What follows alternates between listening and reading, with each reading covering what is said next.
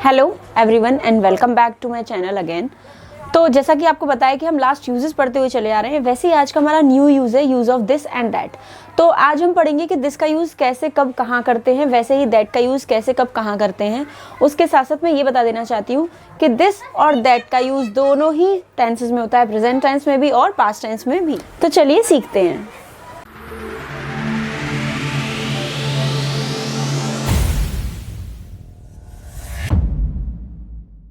तो दिस का यूज़ करते हैं हम यह के लिए और दैट का यूज़ करते हैं हम वह के लिए। मतलब अगर हमारे पास कोई चीज़ है, जैसे कोई आसपास चीज़ रखी हुई है या आसपास कोई व्यक्ति है, तो हम उसके लिए यह का यूज़ करेंगे।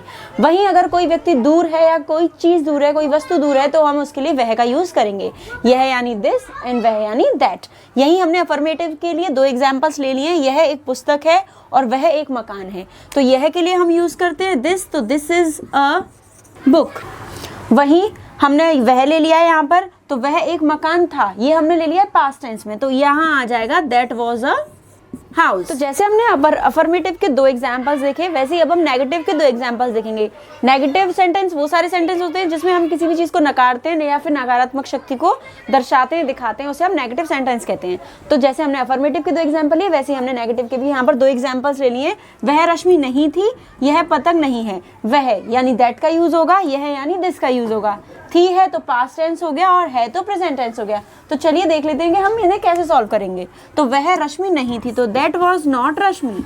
रश्मि का आर कैपिटल आएगा, जैसे कि हम नाउन में पढ़ चुके हैं कि जो प्रॉपर नाउन होता है उसका फर्स्ट लेटर हमेशा कैपिटल रहता है। अब आ जाएंगे यह पतंग नहीं है, नहीं है तो प्रेजेंट टेंस है और यह है तो दिस आ जाएगा, तो this is not a kite. आशा करती हूँ अफर्मेटिव और नेगेटिव जो मैंने दो सेंटेंसेस सिखाए हैं वो आपको समझ में आ गए होंगे। अब हम आ जाते हैं इंटेरोगेटिव सेंटेंसेस पर। देख लेते हैं अब हम इंटेरोगेटिव सेंटेंसेस के एग्जाम्पल। तो यहाँ हमने दो एग्जाम्पल ले लिए। क्या यह एक मेज है और वह एक नौकर क्यों था।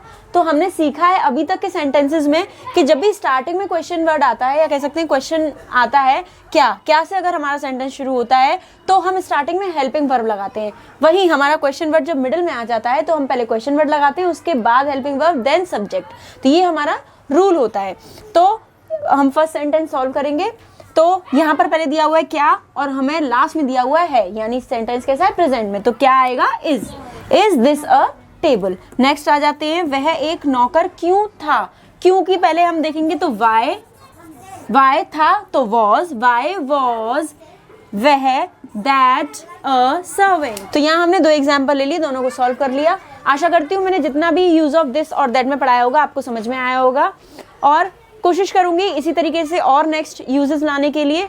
मेरे चैनल को सब्सक्राइब कीजिए, देखते रहिए मेरे वीडियोस, ऐसे ही शेयर करते रहिए, लाइक करते रहिए और कमेंट करते रहिए। Thank you.